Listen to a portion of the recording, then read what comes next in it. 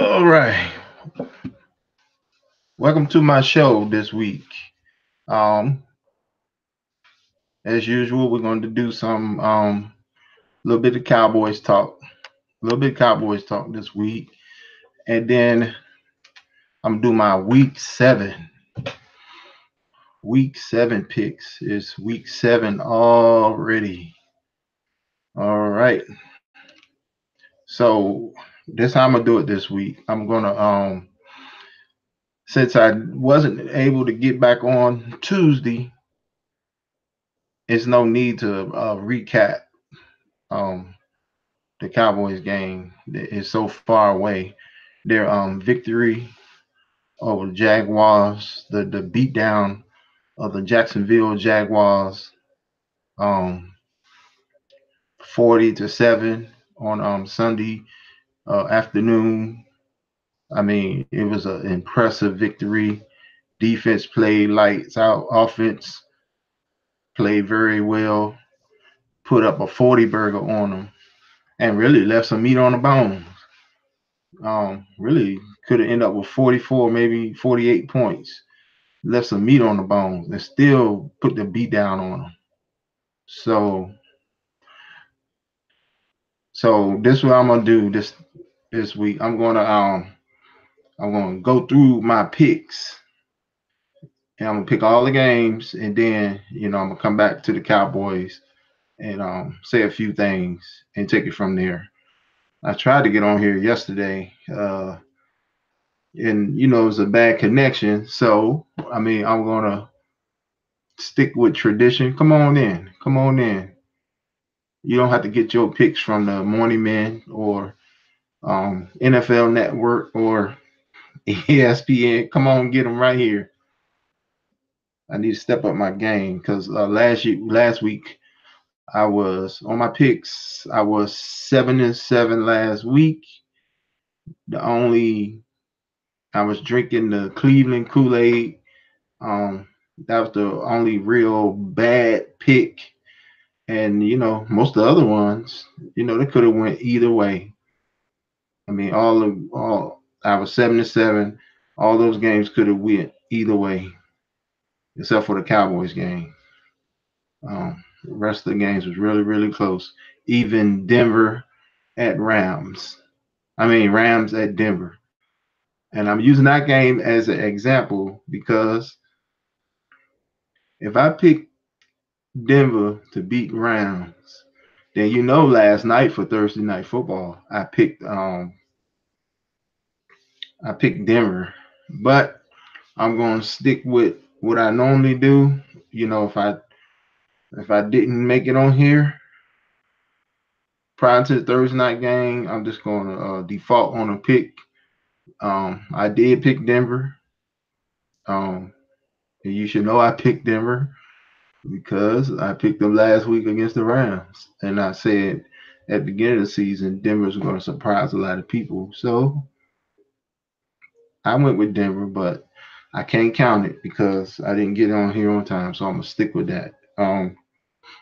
Also, I had I think 3 or 4 views, and whoever you was, whoever you are, that came on last week and watched it, I want to say thank you and thank you for your time. And um, I'm gonna continue to try to do better and be more consistent and broaden my topics. Um, Talking about more subject. I was supposed to be getting hot and heavy in politics, but man, this work schedule is I'm just not able to find the time. So I'm gonna go on to the week 7 picks. Okay, deferred on the Broncos and the Cardinals because I didn't make it on yesterday. So you got Tennessee at Chargers. Every time Chargers look like they about to take off in the past, they let one get away, and they at home. But Tennessee don't give you no confidence the way they've been playing that they're gonna pull up an upset. So give me the Chargers at home. That's a London game. Okay.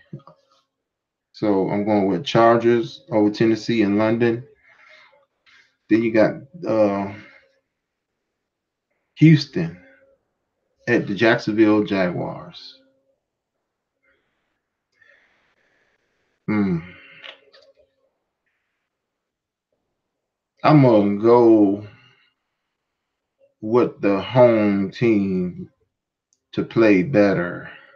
I mean, Texas can't go in there and win this game, but I'm gonna go with the home team, Jaguars at home over Houston. Carolina at Philly. Now this is a measurement game for both of these teams.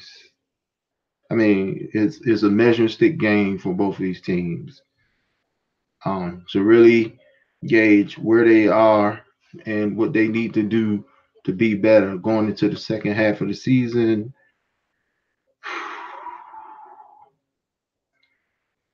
Carolina run this ball real good, but their passing game is in like the bottom five of the NFL, and that's what Philly defense is good against the run. You can pass on them on Philly defense, but Carolina is ranking like I think 28th against uh, on the passing in the passing game. They in Philly. I just can't see Carolina got a good defense also. So I just see Philly just able to have home field advantage and score some more points, score a little bit more points. So I'm going with Philly over Carolina in Philly.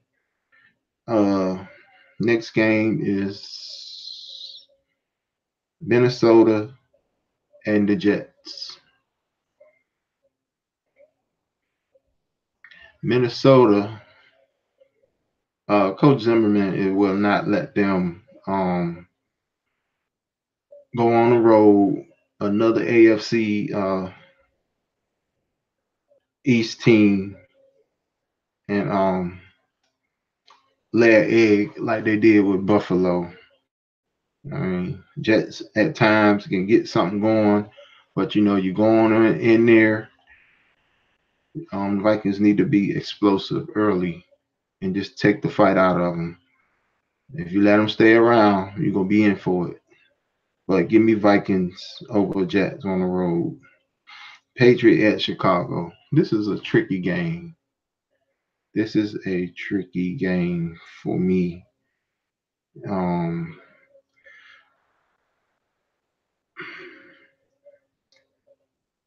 I mean, at this point of the season, I just don't. You know, Chicago is much improved, but at this point of the season, I just don't see um, Patriots losing to um, the caliber team that Chicago is. Even though they much improved, I just can't see Patriots losing to this caliber team approaching the midway point of the season. So give me Patriots over Chicago in Chicago, but it can be a tough game. But give me the Patriots. This one hard to call. Um, well, no, it's not. Give me Colts at home over Buffalo. I mean, you know who's quarterbacking for the Colts, and you don't know who quarterbacking for uh, Buffalo Bills. I think Anderson, the longtime backup for the Carolina Panthers, is going to be starting for Buffalo. So, the Colts at home. Give me the Colts. Cleveland, Cleveland, Cleveland. I am drinking the Cleveland Kool-Aid. They are on the road against the Tampa Bay Buccaneers.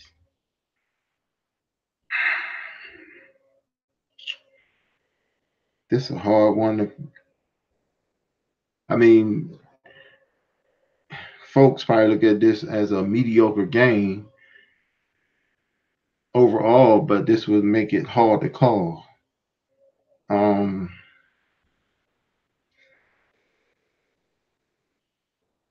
Give me who's quarterbacking? Winston. Well, you know Winston is going to give you two, at least two turnovers. Winston's going to give you at least two turnovers now. He's going to give you a pick and he's going to give you a fumble. So Cleveland going to be able to take advantage of those um, turnovers.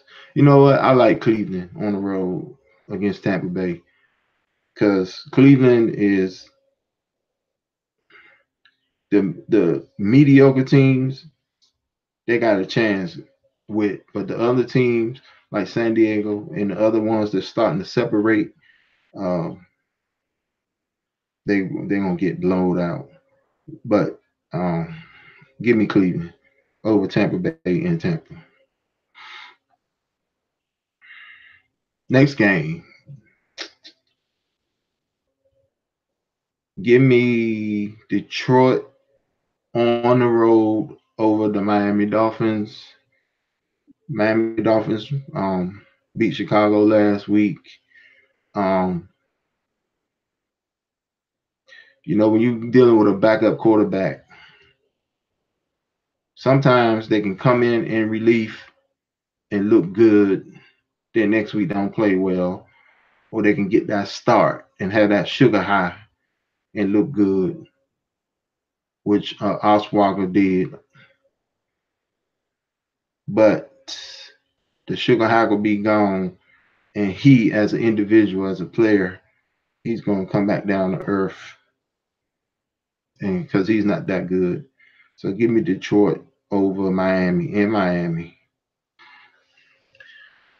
This is another one of those measuring stick games right here. Um, Saints on the road against Baltimore. This is one of those test yourself, see where you are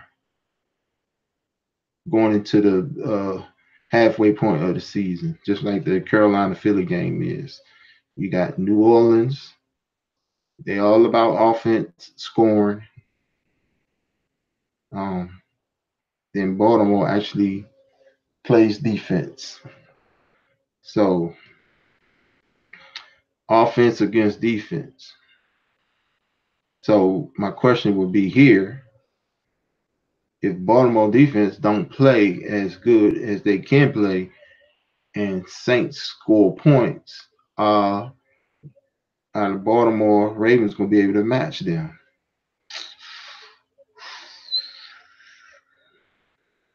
This is a tough one to call.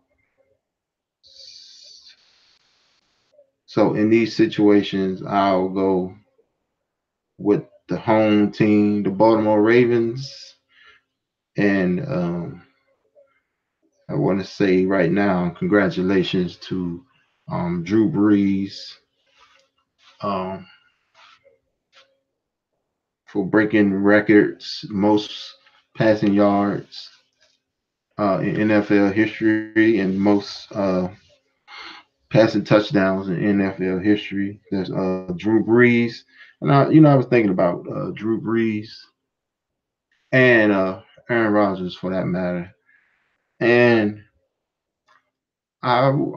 before they ended the end of their career, and Drew Brees will be over before Aaron Rodgers, barring injury.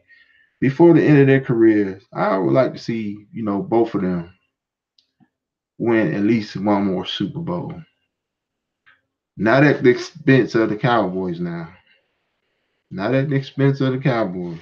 But I would like to see Drew Brees and Aaron Rodgers um, win one more Super Bowl. Being a historian, because 50 years from now, 100 years from now, I don't want somebody to come along and actually think that I mean, I hate to say this, but because Eli Manning is a nice guy, but 50 years from now, I don't want no historians or nobody come by and think that Eli Manning was a better quarterback than Drew Brees or Aaron Rodgers because he got two Super Bowls and they got one. So both of them need to get at least two. Did that make sense? Well, anyway, Redskin Cowboys. I'm coming back to that. 49ers, Rams at the 49ers. I would never pick the 49ers to beat the Rams. But the 49ers, they play hard Monday night. You know, they had Green Bay on the ropes, and they got Rogered, like the Cowboys got Rogered last season, and then the season for that in the playoffs. I mean, they play hard, but this I don't think this gonna be a close game.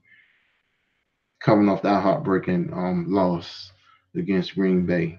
See, I'm just debating: is it gonna be a close game or not a close game? So based on how they lost that game last week, it's not gonna be a close game. Rams over San Francisco. He got whoa.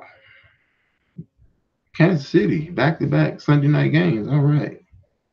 Bengals at Kansas City. Track meet. That's what I think about when I think of this game. A track meet. Track meet. A track meet. Um,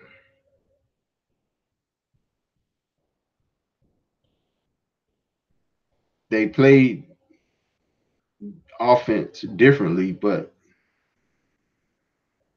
both of them got potent offense. Uh, Man, this is a toss up right here. I go with Kansas City because of the home field advantage. I'm gonna go with Kansas City.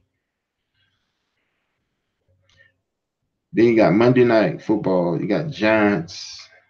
What a mess. At Atlanta. What a mess. Um,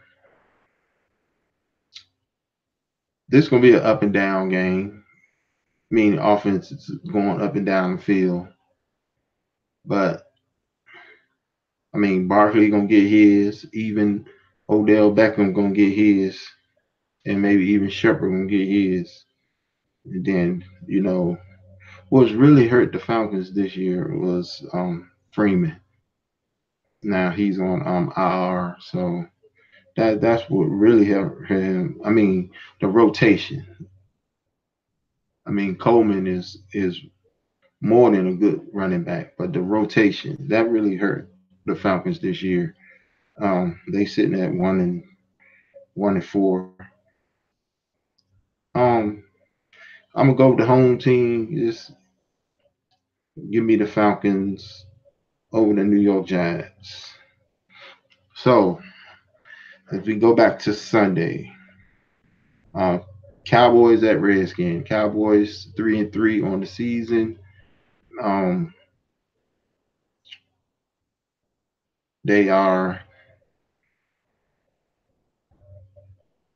This will be a big win because I measure these seasons in the 4 game spurts. You got your first quarter, first 4 games, and then now you in your second quarter heading to the halfway point. So you are 1-1.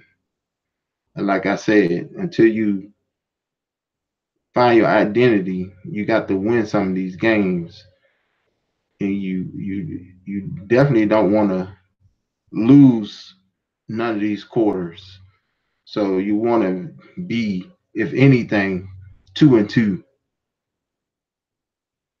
So right now they 1-1 with a chance to go 2-1 for this second quarter um, of the season, going into their bye week. So listen here, No critique from last week. Like I said, defense was outstanding. Offense was outstanding. Left a little meat on the bone. They still played well. They just got to keep it up. Offensively, the Cowboys got to keep it up. I'm not in the mood for criticism, but I'm just going to say this. All these young quarterbacks that came after that and came like a year before him and came with him, in my opinion, Dak Prescott is just as good as those quarterbacks. Come on in. Are just as good as those quarterbacks. Okay. When he have an even playing field. Now, what I mean by that, as I previously said, the teams for the best. If you watch this video, just go and pull up the Tampa Bay Oakland Raiders Super Bowl, where it just Gruden with the Bucks, he just knew that team just knew everything that the Raiders were going to do. I think they had like 3 defensive touchdowns and altogether like maybe 6 or 7 turnovers. Um, they just knew everything they was going to do. I mean, I think Derek Brooks, one of the pick sixes, I think it was him. One of the interceptions they had, I mean, he wasn't even covering a man. He just knew what they was going to do, and he just got to a spot and undercut a ball and took it to the house. It's not an even playing field, guys. When the team know what you are going to do, it's not an even playing field when the team knows what you're going to do. That's why I say, if it's an even playing field, that Prescott is just as good as all of them. But since after the 2016 season, all the 2017 and most of the games in this season, it haven't been a even playing field because they know what you're going to do. They know tendencies. They know formations. I mean, teams watch film and they pick up on that, and that's why we just keep. Um, a lot of people is down on the. I'm not being negative. I'm just saying they down on the coaching and the coordinating. Teams know tendencies. They know formations. It's not an even playing field. And then that makes everything look worse than it is. That make the offensive line look worse. It make receivers look like they ain't getting open. It ain't that they ain't getting open. It's just they know you. They know where you going. They know what route tree you gonna run. They know. And if they got decent personnel, they can stop you. So that make the receivers look worse, make the running game look worse, that make the offensive line. It haven't been an even playing field. And then after a lot of criticism, they changed things up a little bit. After a little criticism, they changed things up a little bit. But this don't let this be the game. Redskins is in the division. So Redskins, Giants, and Eagles, more than any team in the NFL, study you and they know you.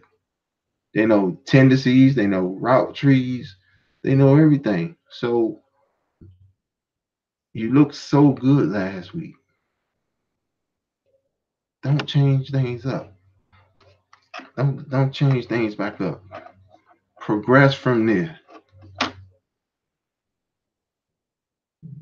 Dak can throw the ball and he be a 300, 400-yard passer just like everybody else. We not sitting here. Dak Prescott do not need to be the second coming of Zeke for Dallas to win or for them to move the ball. But that threat need to be there because teams know you. And if they can just come say, oh, he trained. They don't want him running. He gonna stay in that pocket. Don't even worry about nothing. He gonna stay in the pocket. You putting yourself at a disadvantage. We not asking. We don't want Dak to be um, Cam Newton. Cam Newton got wildcat type plays for himself. He got quarterback sweeps. He got dives, quarterback dive plays. We not asking for Dak Prescott to do all that. We asking him to drop. Well, the zone read option play. Yes, yes. If they close in on Zeke, kill him on the outside. Take off and go with it. Yes, that's what we asking. But we ain't asking for him to call no running back, no quarterback draw, no quarterback sweep. No, read option. They dive in on Zeke. They not disciplined and leave him open. Yes, he should run and kill him. But the main thing is, and that's why the whole offense looks so good. You drop back in that pocket. You looking for your receiver. You take your reads. If that lane open up and nobody open, take off and run. Take off and run. They have him standing there looking. Once you get the offense line can be as good as the best in the world.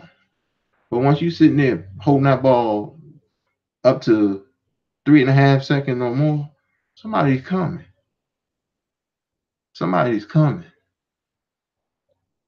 So we're not trying to turn him into Cam Newton, but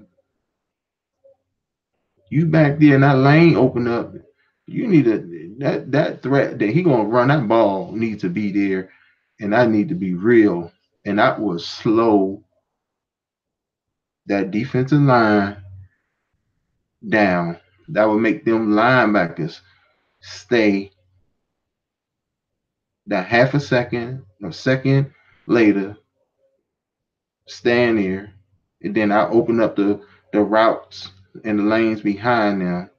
It needs to be a real threat that this man gonna run the ball and not be told to stay there. Stay there. When that lane open up, run.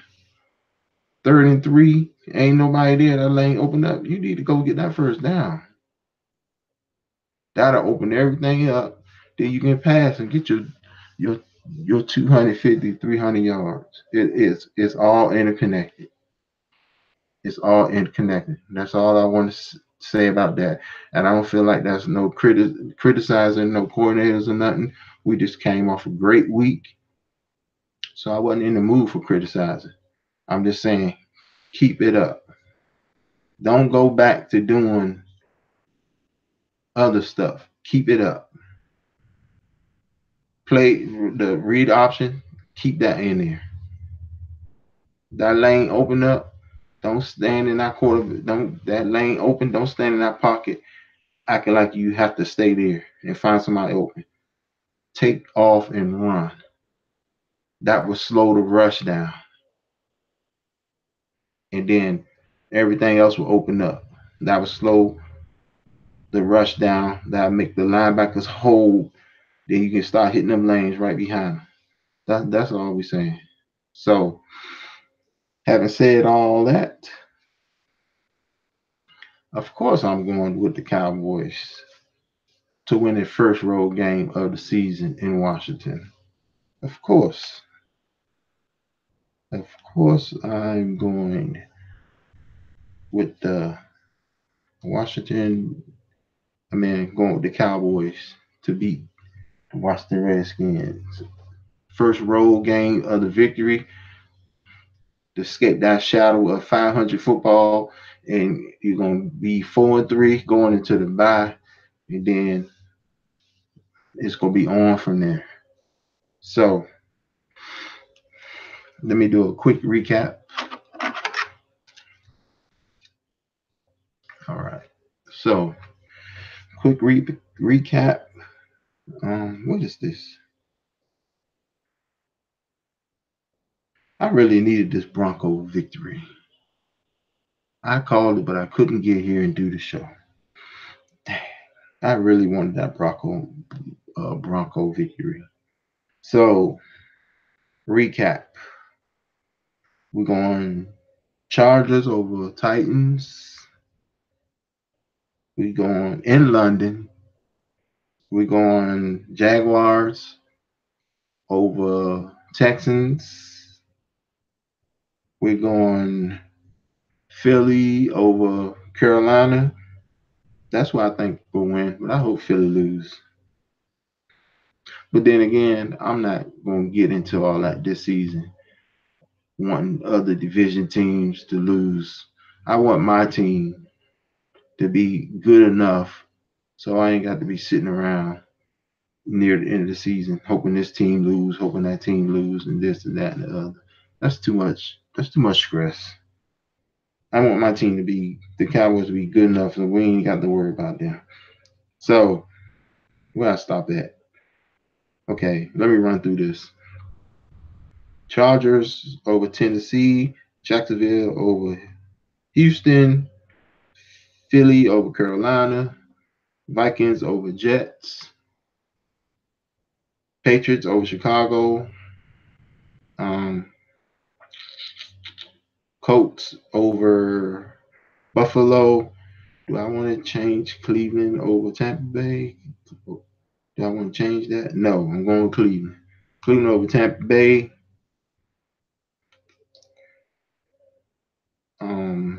Detroit over Miami. Did I pick the Ravens over New Orleans? I'm gonna go with the home team. Yeah, Ravens over New Orleans. Cowboys over Skins. Rams over San Francisco. Kansas City over Cincinnati on the Sunday night game, and Giants over Gi- Giants Falcons over Giants on Monday Night Football. So I got a good feeling this week I'm gonna hit. I'm gonna escape 50, the 500 shadow in my picks, and I'm gonna go on and win about 10. I got a feeling I'm gonna win about 10 this week. Escape that 500 jinx. Just like the Cowboys need to escape that 500 jinx, and they are going to escape it this Sunday afternoon in Washington. So that's all for this week, week 7, Cowboys talk, and NFL week 7 picks. My viewers that came in sometime later after my show last week, if you come on in and you watching this, just want to say thank you. Thank you for the privilege of your time, and I'll get back next week. Goodbye.